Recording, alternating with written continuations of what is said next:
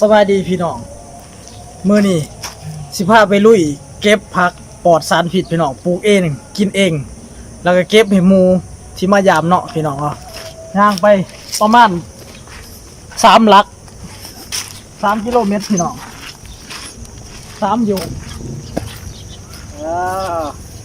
แบบมื้อนี้เนาะนี่บักทั่วเฮาปลูกแบบธรรมชาติกับมาบักบวบพี่น้องเอ้ยแล้วตัวเนาะ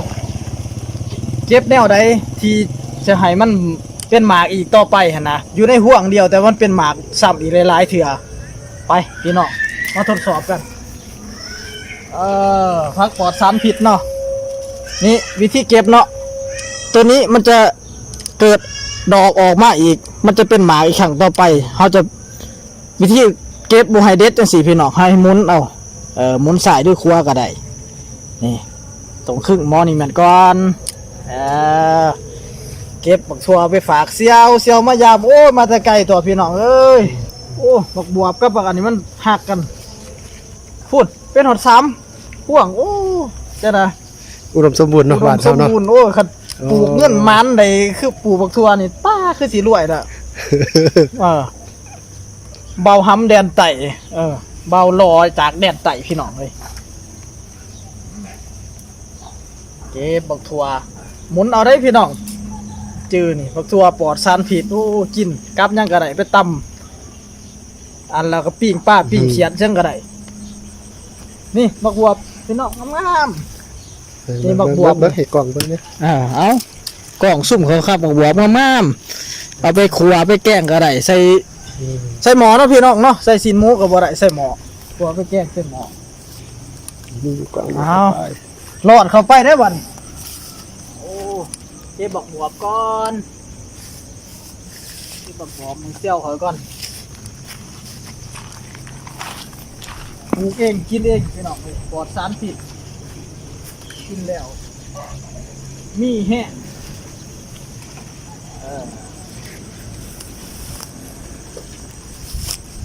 สอบกันเด้อลุยต่อเย็บหมวกหัวพึ่งเอาหมุนไปวันโอ้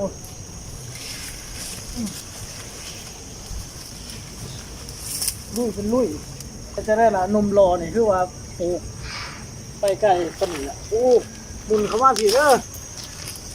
มือกล่องเขาจับดีเด้อเก็บบักบวบกันเที่ยวคอยว่าเก็บบักบวบไปตอบแม่อีด่างคนวะมันลอยมากินเบียร์น้ำเสียววัดมือ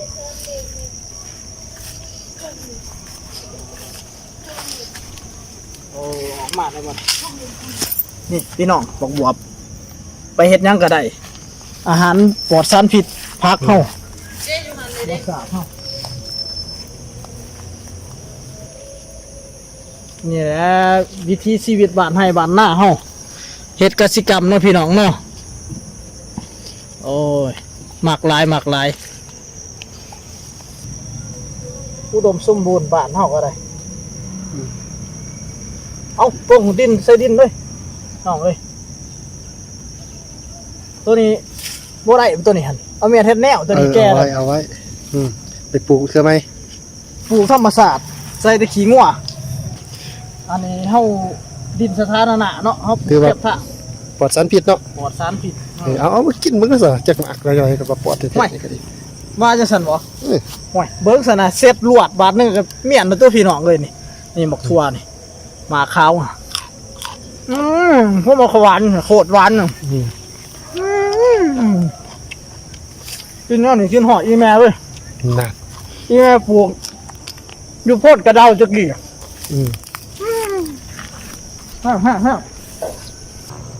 เอาสำหรับคลิปนี้เนาะเอาสิโจเป็นซ้ำนี่ผู้ใดมักถืออกถือใจก็กดไลค์กดแชร์ให้กันติดตามกันคลิปต่อไปเนาะที่ช่อง YouTube จอยวิไลบ๊ายบาย